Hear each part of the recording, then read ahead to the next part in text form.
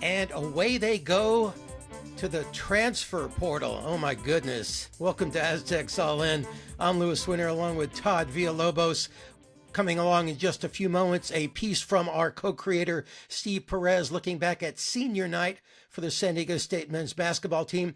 But right now, Todd, looking ahead, we're losing Magoon Guath to the transfer portal, Nick Boyd to the transfer portal, and I don't know what we're thinking at this point. How about you? Well, I'm welcome back, by the way. Post Vegas episode, very short. Yeah. Very short. You know, it's funny because we contacted CBS 8 and said, hey, Todd and I are ready to do a quick turnaround if they win. And, well, they didn't win, so it really didn't matter.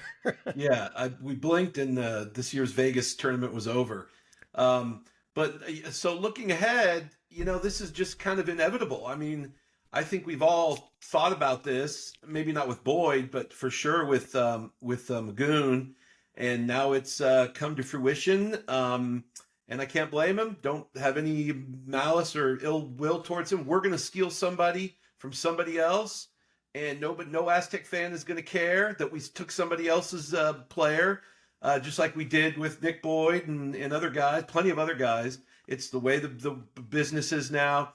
He has two working class parents. I think the numbers that Dutcher floated around was what we can offer him about 300,000, and he can make 1.5 or 6 somewhere else. So God bless you.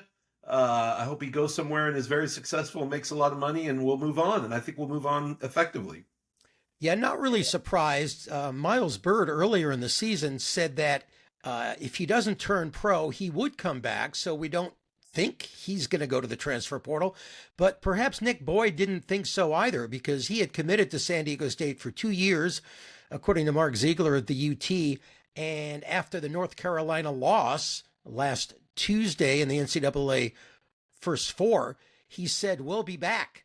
Well, he'll be back, but not with San Diego State. So I see a lot of fans posting on Twitter and Aztec Mesa, some saying, well, if they lose Magoon, then I'm going to give up my season tickets. And I just don't get that, because there's still a great product that Brian Dutcher and his staff put on the floor.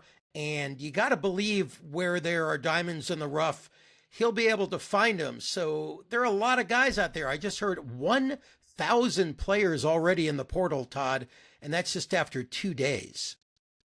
Yeah, I heard 500 after 1 day. I didn't get the update. It's absolutely wild. Imagine if in Major League Baseball, every player was an unrestricted free agent at the end of every season. Yeah. And that's where we're at with college sports. And it's just the way it is right now. Does it suck? Hell yeah, it sucks. Yeah. Especially for a program like San Diego State, which has done a great job from the mid-major level of becoming a major player in the sport, of having an incredible coaching staff that finds and develops talent that gets better as the seasons go along, as their careers go along, and reaping the rewards of that. And it sucks now that those games are over. If you find anybody worth a salt that can go up to the Power Five, it's going to happen. The only other option is just to stop watching the sport altogether. But you can't blame the Aztecs. You can't blame the coaching staff. You can't blame the players. You blame the ridiculous NCAA leadership, incompetent, inept, heads up their asses for the last 20 or 30 years, when they knew, especially with the Ed O'Bannon lawsuit, that this was probably inevitable, and they've managed and steered the ship into the ground. That's who you should be mad at. Everybody else is just trying to do their best to navigate these unprecedented waters. Nothing like this has ever happened in another sport.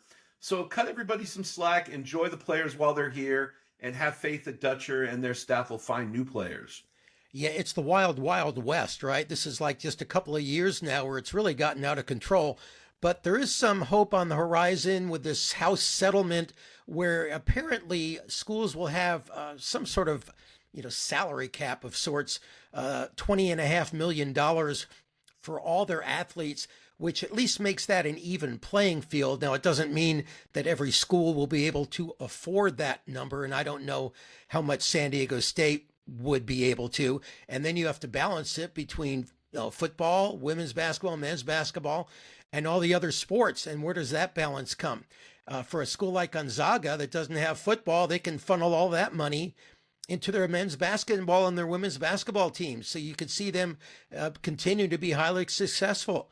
But teams like San Diego State and the Mountain West Conference and the new teams going into the pack, you wonder how they can compete. It might be 1 year at a time. Maybe 1 year you're really good because you've gotten a guy out of the transfer portal who blows up before he leaves. But keeping it back to back is going to be hard. And that's why fans are looking at next year. You got Reese Waters back, Miles Bird back, a bunch of other good players. B.J. Davis is back, Miles Heide, Pharaoh Compton, we hope. But you lose Magoon Gwath and Nick Boyd, and it just, burst a fan's bubble. Yeah, Taj DeGorville. There are a host of guys coming back, and then you got the 7-footer coming in and a whole new host of recruits and hitting the transfer portal ourselves. Dutcher will do a great job of adding through the transfer portal. It taketh away and it also giveth.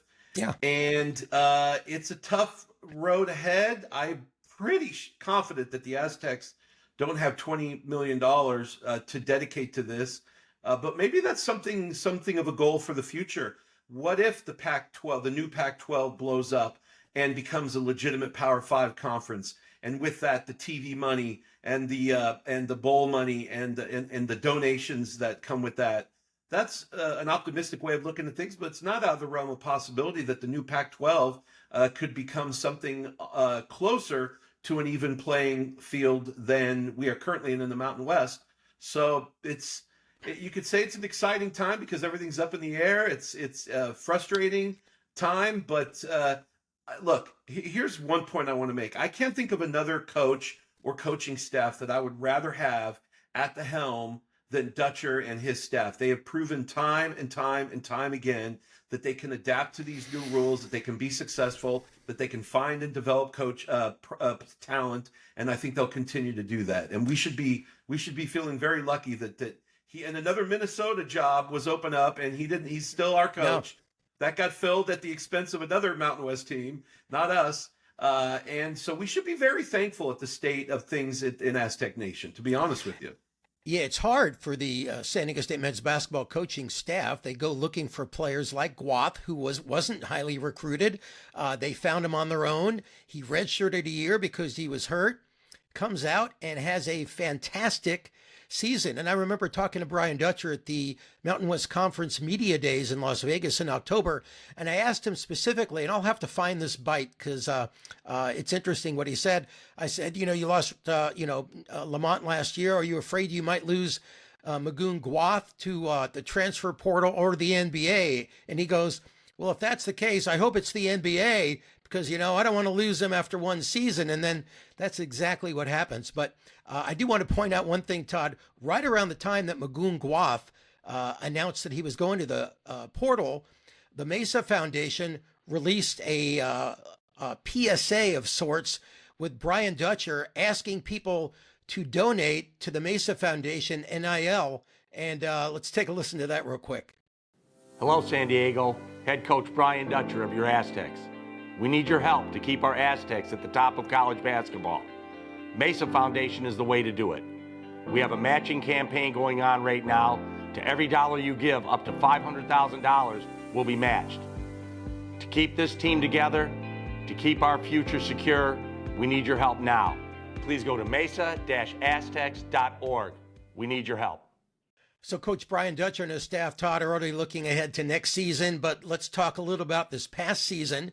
Aztecs finished 25-10, a successful season that ended in a trip to the NCAA tournament for a fifth straight year, but it really doesn't sort of feel like they were in the tournament with that first four deal against North Carolina, and the fact that they played so poorly just kind of leaves a sour taste, especially after getting bounced from the Mountain West Conference tournament on Thursday in the quarterfinals for the first time in 17 years. And this is the first time all year the Aztecs lost back-to-back games. Well, they picked a horrible time. Like the worst. Show me two games that you might be a part of, and I'll show you the two worst possible games lose consecutively, and so their timing is awful. But yeah, and if you think, the last 2 NCAA tournament losses are by combined 57 points. So, yeesh, I mean, this is a program that has done very well at the tournament the last few years, and made the Sweet 16 last year, so that was a positive. But yeah, we got some ground to make up for next year. I would love another run. And by the way, you notice not a single non-Power 5 team in the Sweet 16.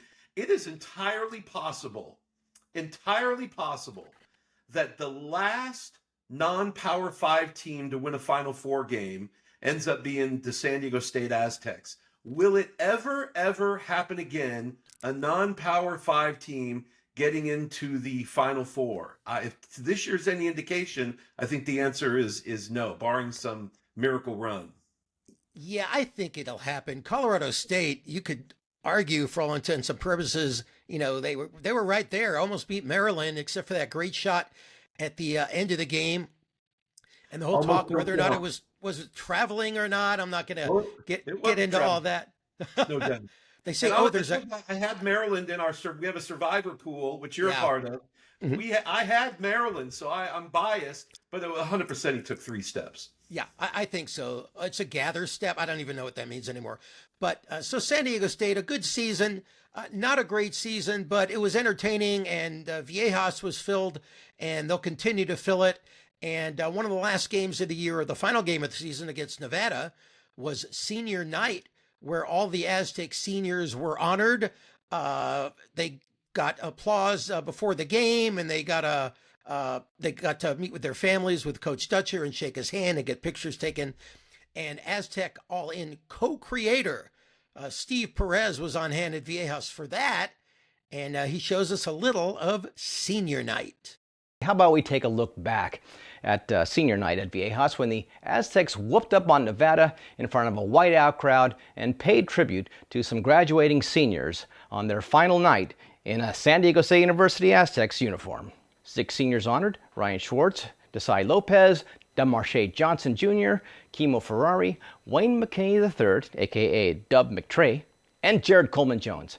These days, collegiate players able to extend their playing careers with graduate transfers and such.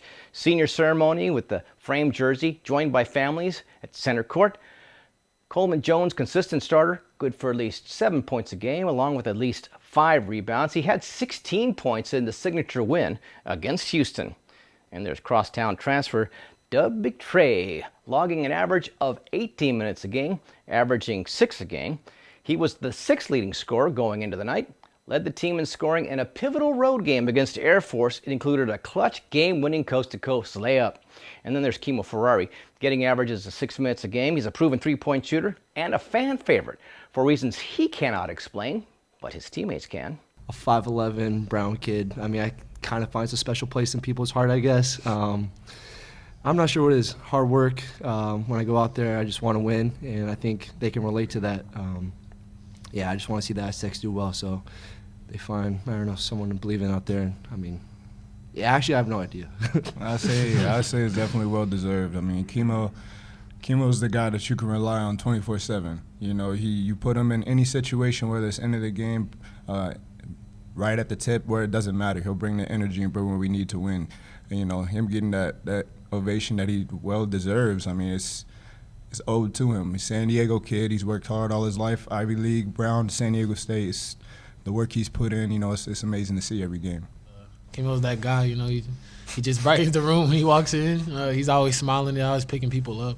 I mean, it's just a pleasure to be around him. It's a pleasure to be around a person of that caliber. So, I can be nothing but grateful. Of his fellow departing seniors, Ferrari says it's been great being part of a team that features a lot of very good moving parts. When the going gets tough, we know we can lean on these two, and these are just 2 of many.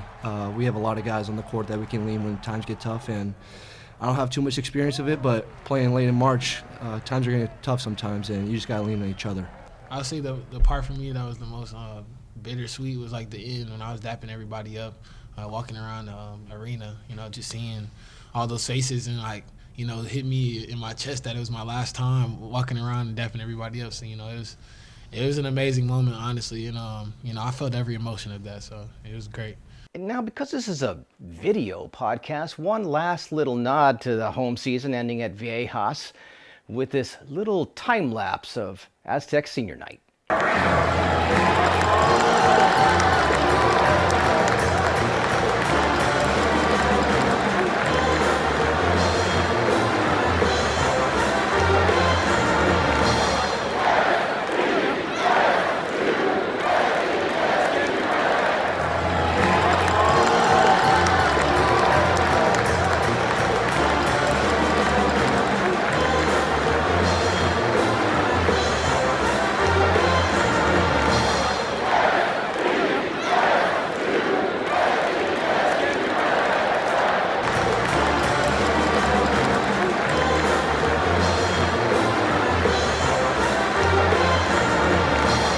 If you blinked, you missed it. It was on the big scoreboard. A big thank you for Ted Leitner wrapping up his final home game on the microphone as the longtime Aztecs play-by-play guy.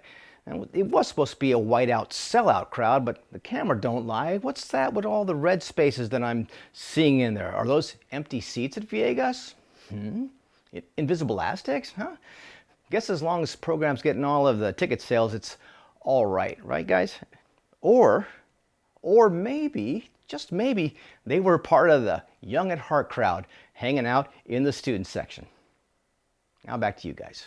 So, Todd, the Aztecs do lose Magoon Guath, a 7-footer, but they have another one, a guy who's only played basketball for 5 years, Fuckbore Magic. If that's a podcast, Lou. That's a mouthful. Sorry, I apologize to all our viewers out there. But if he's anything close to what they can get, what they got out of Magoon Guath, then again, another diamond in the rough, and maybe he's one and done. But if you can replace one 7-footer with another 7-footer, then you're halfway there, I suppose. Yeah. It'd be exciting to see how they develop him, and excited to see him on campus for sure. Yeah. Before we go, I do want to talk a little bit about the women's team. I happen to be in Las Vegas for the Mountain West Conference final, Wyoming against San Diego State. An incredible triple overtime game. The Aztecs had 4 or 5 chances. They had the ball last with a chance to win at the end of the 4th period, the first overtime, the second overtime, and they couldn't get it done. But they finally pulled it out in a marathon, beating Wyoming and earning a trip to the NCAA tournament. That is the good news. The bad news, once they got to the tournament, they got blasted by a very talented LSU team. And you talked about the Aztecs getting blown out their last 2 NCAA tournament games. Well, the final score of the Aztec LSU game, 103-48. So not competitive. LSU hit 2 quick threes. They were up 11-0. And the Aztecs never stood a chance. They play a different style of basketball, obviously, in the SEC. It's running up and down the court. The Aztecs play more of a methodical, try to find the open player. So not a great matchup for the Aztecs. Yes, congratulations, Kim Villalobos, no relation, on what's been a great career at San Diego State, an NCAA tournament now. Yeah, the talent disparity, especially with clubs like LSU, Texas, USC before the Juju Smith injury, which is just a heartbreak. Huge shame. Yeah. But the talent disparity is pretty big in women's basketball, but a great season by the Aztecs nonetheless. Absolutely. 25-10. They finished the season. Stacey Terry Hudson in her 12th year, 12 years at one school. Beth Burns before that had a lot of success with the Aztecs, and this is the first time they've been back in the tournament since since she left the program some years back.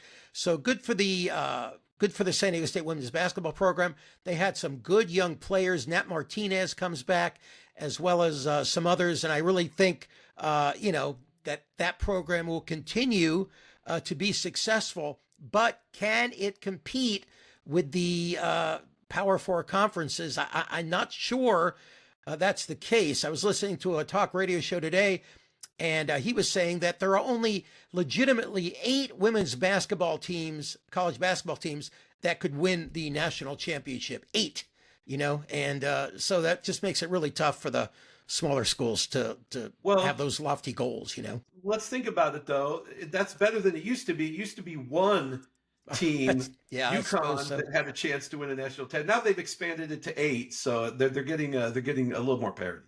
Yeah, absolutely. By Absolutely. the way, are you before we go? Yeah. We would be remiss if we did not wish a very hearty, happy retirement.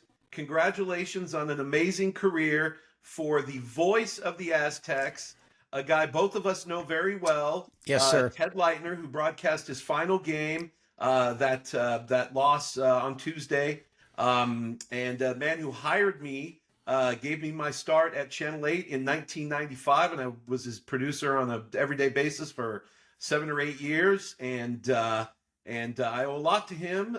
Made me a much better producer, dealing with the last second shenanigans, and giving me the opportunity. I can't thank him enough, and I've told him that.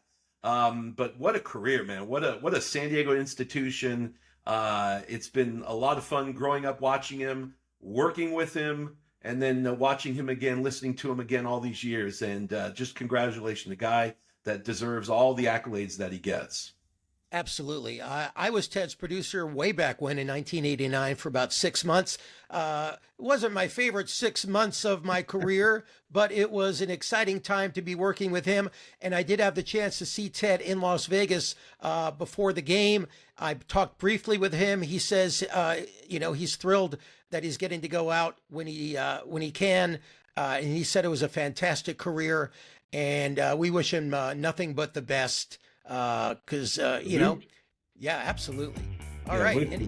Have we covered it all? Anything else? I think so. Yeah, I think that's All right. it. Well, that'll do it for this edition of Aztecs All In. Thank you so much for watching. You can also catch the audio version. Myself and co-creator Steve Perez. You can catch that wherever you listen to your favorite podcasts. Drop us a line, aztecsallin@gmail.com, or you can follow us on the X, Aztecs_all_in. So, for Todd Villalobos, for Steve Perez, I'm Louis Weiner. Until next time, so long. I'm going to have a better background for next time, too. You're dominating me like LSU versus San Diego State in the background department. See you next time. Okay, see ya.